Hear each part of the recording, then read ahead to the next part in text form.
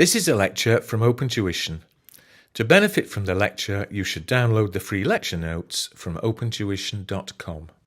Right, well, we're on limiting factors, if you remember, linear programming. If you remember, presumably you've only just watched the previous lecture.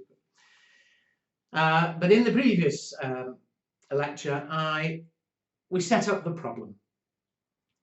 S was the number of standard chairs, E the number of executive. We set up the equations for limitations, and we set up an equation for the objective. But of course, we've now got to go about solving it and getting answers for S and E. And I did say, although there are other approaches, the only approach you can and will be examined on in paper F5 is the graphical approach. So would you believe it, we're going to draw a graph. Now, it's not the easiest thing for me on this, but I'll try and be as neat as I can. I can't show graph paper here, unfortunately. But you know what a graph looks like. Well, two axes. Oops, can't keep my hands still. And now label the axes. S will represent the number of standard chairs, E the number of executive. And incidentally, I should have said earlier, these days the chances of you being asked to draw a graph in the exam are very small because of people doing the computer-based exams. However, even if you're not asked to draw one, you're very likely to be asked to interpret it, to prove you understand it. Which is why I'm going through drawing it, and you should have a revision kit, and inevitably there'll be some questions in it asking you to draw one. Do make sure you can do it, because if you can do it, interpreting a graph that's given to you in the exam should be no problem. So I've got my axes S and E, and I'll do scales. I'll go up to 40 on each axis. So again, I haven't got graph paper, so this isn't going to be exact. That's going to be about 20, 30, 10. Does that look okay? No. 20, 30, 10. And the point is, when we come to do things on it, any point in the graph will represent so many S's, so many E's. So, for instance, that point there would represent producing 30 S's and 10 E's. Well, the first thing we're going to do is put the constraints on a graph, because clearly there's a limit, or several limits, as to how many we're able to end up producing. And what do you want to do? First of all, we take the inequalities we wrote down, but write them as equations. What I mean is, the first one we had was materials. And what was it? It was 2S plus 4E was less than 80. Well, let's write it as equals for a minute. Now, you should know from school, quite honestly, that any any equation of that form, where you've no S squareds or S cubes or anything, will be a straight line.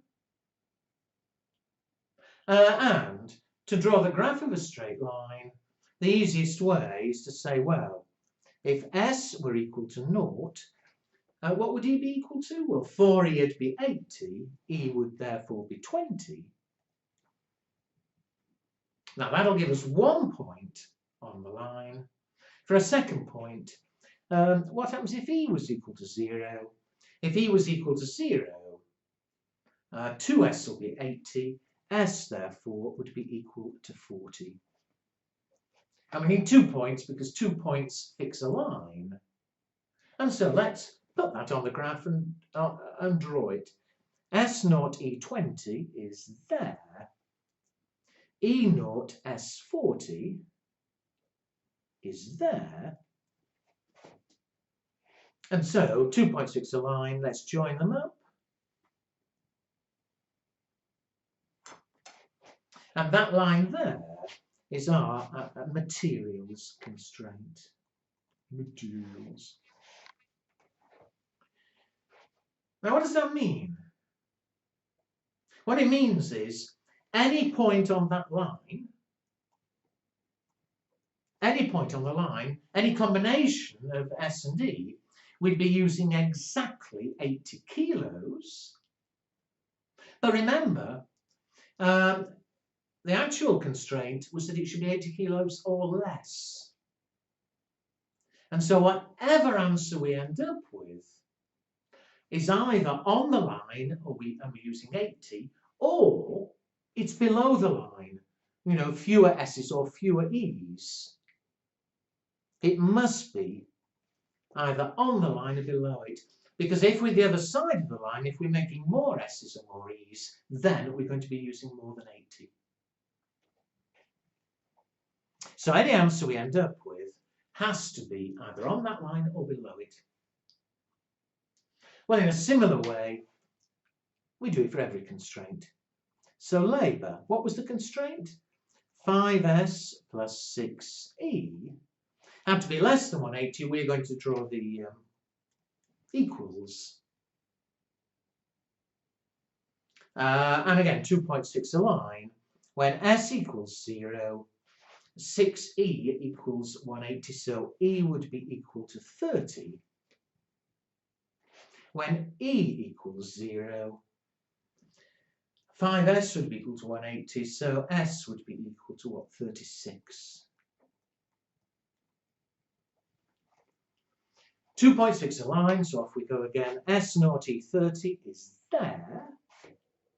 E0 S36 is there. Join them up.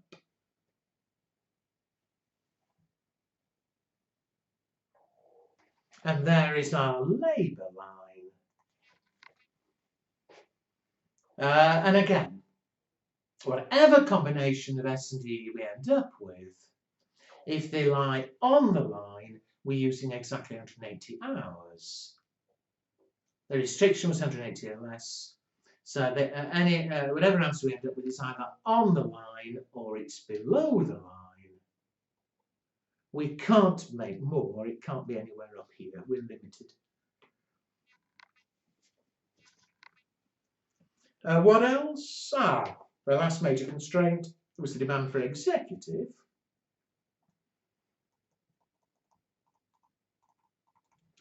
E had to be less than or equal to 10. Again, we draw it for the equals. And it didn't matter what S was. So this is an easy one. If E is equal to 10,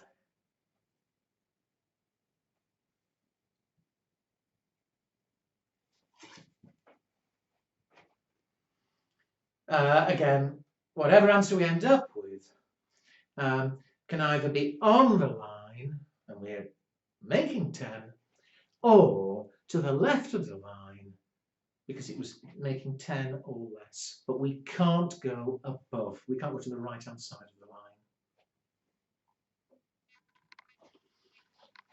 the line. Finally, we have the non-negativity. It could be negative. Well, we don't actually need to draw anything, because any answer we end up with, S must be greater than 0, E must be greater than 0, and those lines are there. And so we've now got all our constraints on the graph. And what can we interpret from that? Surely any answer we end up with must satisfy all three of those restrictions. So we can't be above the labour line, we can't be above the materials line, we can't be to the right of the demand line. And surely, to satisfy all of them at the same time, we must be in this area that I'm colouring in red.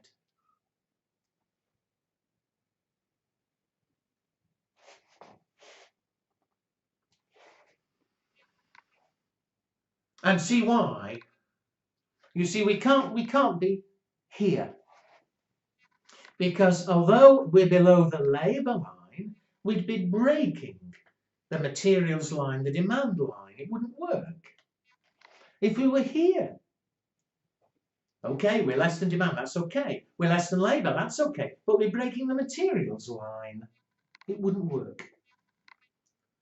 To satisfy all of the constraints, whatever answer we end up with must be either on the edge of or inside that area I've coloured in red.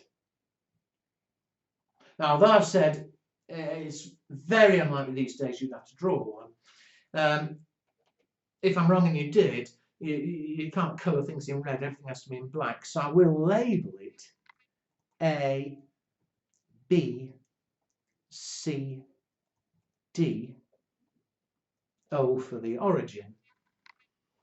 But whatever answer we end up with must lie within or on the edge of that red area, A, B, C, D, 0.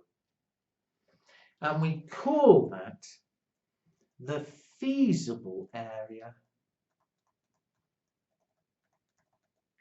or the feasible region.